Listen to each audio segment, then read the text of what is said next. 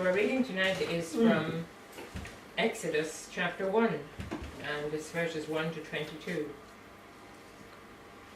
Now these are the names of the children of Israel who came to Egypt. Each man and his household came with Jacob: Reuben, Simeon, Levi, and Judah; Issachar, Zebulun, and Benjamin; Dan, Naphtali, Gad, and Asher. All those who were descendants of Jacob were 70 persons, for Joseph was in Egypt already. And Joseph died, all his brothers, and all that generation. But the children of Israel were fruitful and increased abundantly, multiplied and grew exceedingly mighty, and the land was filled with them. Now there arose a new king over Egypt, who did not know Joseph. And he said to his people, Look, the people of the children of Israel are more and mightier than we. Come, let us deal shrewdly with them, lest they multiply.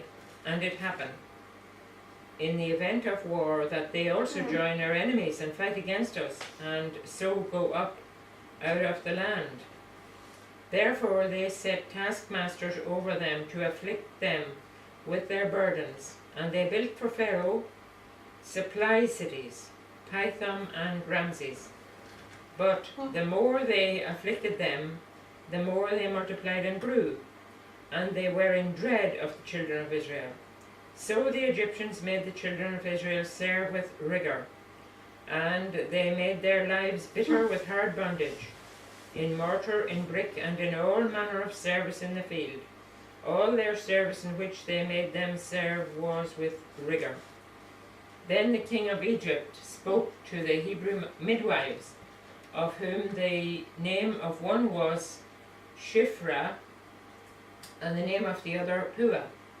And he said, When you do the duties of a midwife for the Hebrew women, and see them on their birth stools, if it is a son, then you shall kill him. But if it is a daughter, then she shall live. But the midwives feared God, and did not do as the king of Egypt commanded them, but saved the male children alive. So the king of Egypt called for the midwives and said to them, Why have you done this thing, and saved the male children alive? And the midwives said to Pharaoh, Because the Hebrew women are not like the Egyptian women, for they are lively and give birth before the midwives come to them. Therefore God dealt well with the midwives, and the people multiplied and grew very mighty. And so it was, because the midwives feared God, that he provided households for them. So Pharaoh commanded all his people, saying, Every son who is born you shall cast into the river, and every daughter you shall save alive. Amen.